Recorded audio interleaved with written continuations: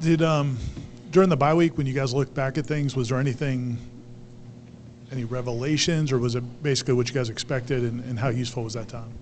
Yeah, you always kind of have a base idea. You know, when you go into it, you just kind of want to confirm what your thoughts are and make sure you're not focusing on something that doesn't need to be focused on. But I think the biggest thing was looking at it from an individual standpoint also was better. When you had players, you can basically go down and do a self-scout, of course, on the scheme and what you're calling and things like that, but more of what is that player not seeing and put them in a better position.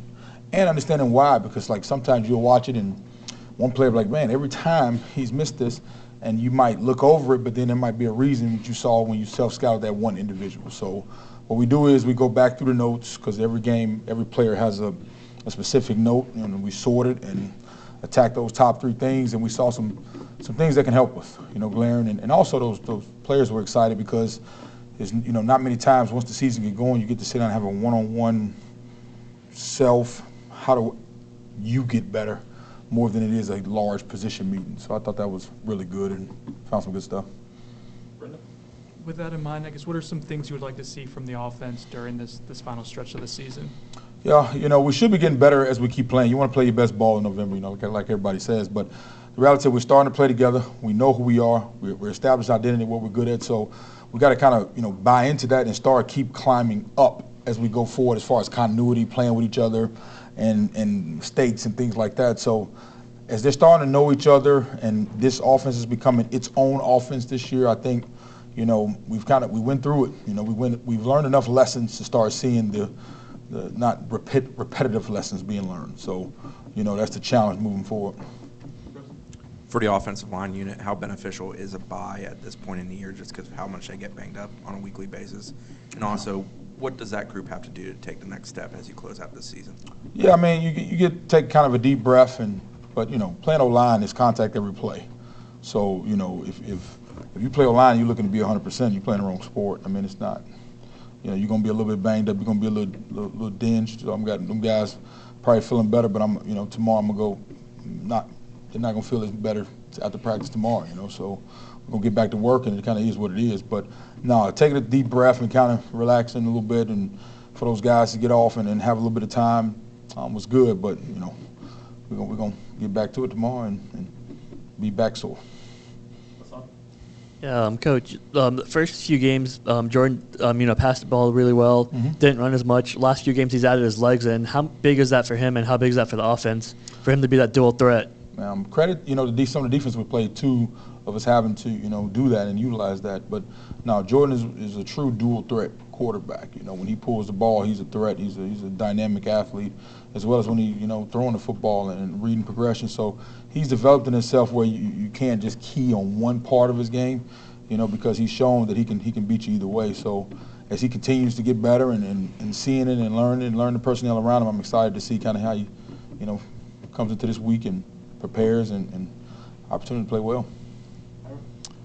Coach Norvell was saying that one of the issues you guys have had in the red zone has been, you know, either a penalty or, you know, misassignment at a crucial time. How do you get guys to ramp up their focus in those situations, but also still play free and not be too tight? Like, what's the balance there? Yeah, that's one thing, you know, we stress, because when you get in the red zone, I mean, you have to do something to get there, and there's not always a big play. Sometimes it was 10 plays to get down there.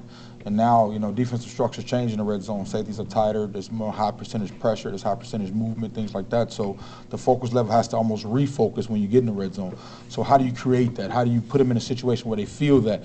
Well, now you got to kind of probably work red zone at the end of practice. You know, you got to kind of put them in that mindset that they're in once they get in the red zone, and then, you know, go reaffirm it, because that can't be the first time they felt it. You know, like, for example, if we come out and we work, you know, red zone at the beginning of practice, probably they're not in that mind frame of they just ran 10 plays to get down there. The defense changes, so it's not like, hey, we can segment this and say now we're in the red zone. Defense tightens, so what we got to do a good job is on-field communication with each other. So that comes from the O-line talks to each other, receivers talk, hey, we're here now. Like, it can't be a coach presentation. Hey, we're down here now. These are the things that you got to have those kind of concise reminders on the field, whether it be the center talking to both sides, quarterback, hey, we're here now. Let's go back, let's refocus and know what we're going to get down there, what changes from leaving from the open field to now in the red zone. So I think, you know, being able to focus on that will help them.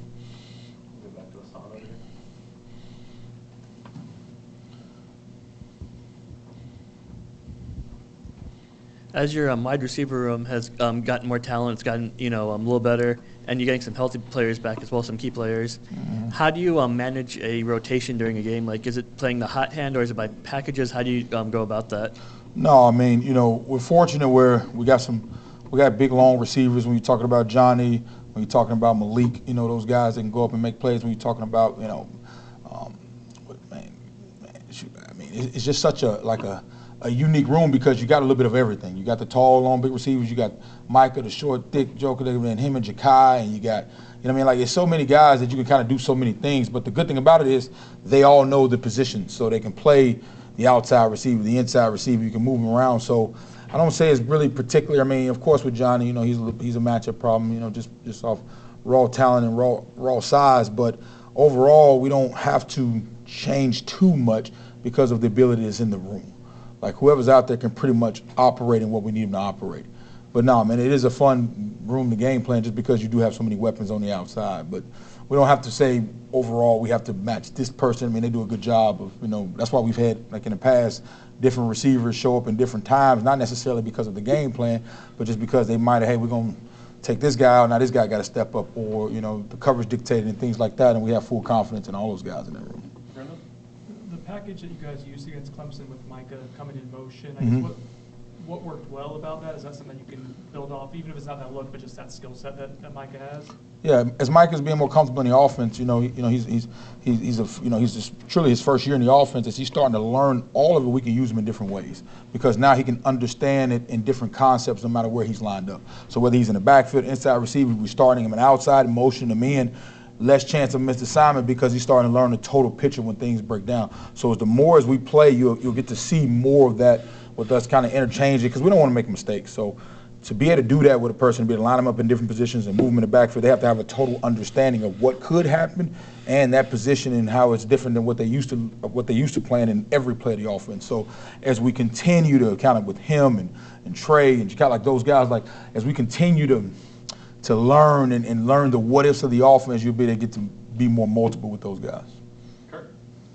Coach Norvell talked about there have been the ups and downs Georgia Tech's gone through it. All the defense has kind of been a constant for them. I guess what stands out from the film? Yeah, Tech does a good job of adjusting his defense to personnel. They've done it. From bare to even to odd, and a little bit different last year. So what he does a good job of is identifying his good players and putting them in the best position as possible. They're big inside, and so he wants to utilize that. They can run on the edges. The corners have been playing really well. So it's all about, him finding what his guys do best and coaching to their ability. That's why I think they do a good job on defense. What's LT like as a person? I mean, we've seen him kind of evolve as a player over these last 2 or 3 years. What's he like in terms of his preparation and the approach he takes?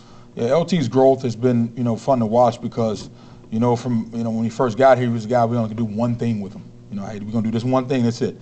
And now you watch him, he's lining up on the outside, he's lining up on the inside. Like we talk about that development in the offense, once you start learning multiple spots. And also, he's a guy, he loves practice, and whenever a guy like him who's a work hard, I mean, I'm sitting up there, we're in the staff room watching film, and he comes up there and comes speak to everybody before he goes to watch tape. So what I love about him is he truly believes in the work paying off in the end.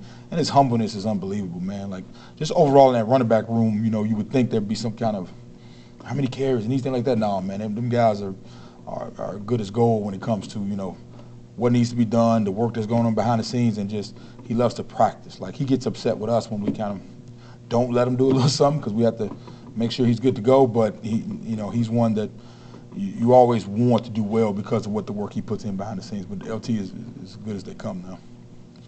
Anything else? Last one? Mike's been pretty forthright about how he wants you guys as coaches to fulfill your dreams and aspirations. His coaching searches starts kind of heating up around the country, like your name is being attached maybe to a job or there. Is that something that's flattering for you, or something that's kind of awkward to handle as you're going through your day-to-day at your current job? No, I wouldn't say it's awkward, because I'm a young gun in the business, so I've watched so many press conferences of people getting asked that question, and I used to be like, man, he lying, he ain't right. I used to judge it, and then when it's actually you, it's number one, it's flattering because if you go through Mike Norvell's history of his assistants, I mean, he's had a bunch of them go out there and do some great things. So it is flattering, It's all, I think it's a token to him of what he's done in developing his coaches and young coaches he had on his staff. But no, man, it's flattering, but it actually is just social media, so it's not really realistic or real. You know, it's just more of just noise, to be honest. Okay. Thanks, Rich.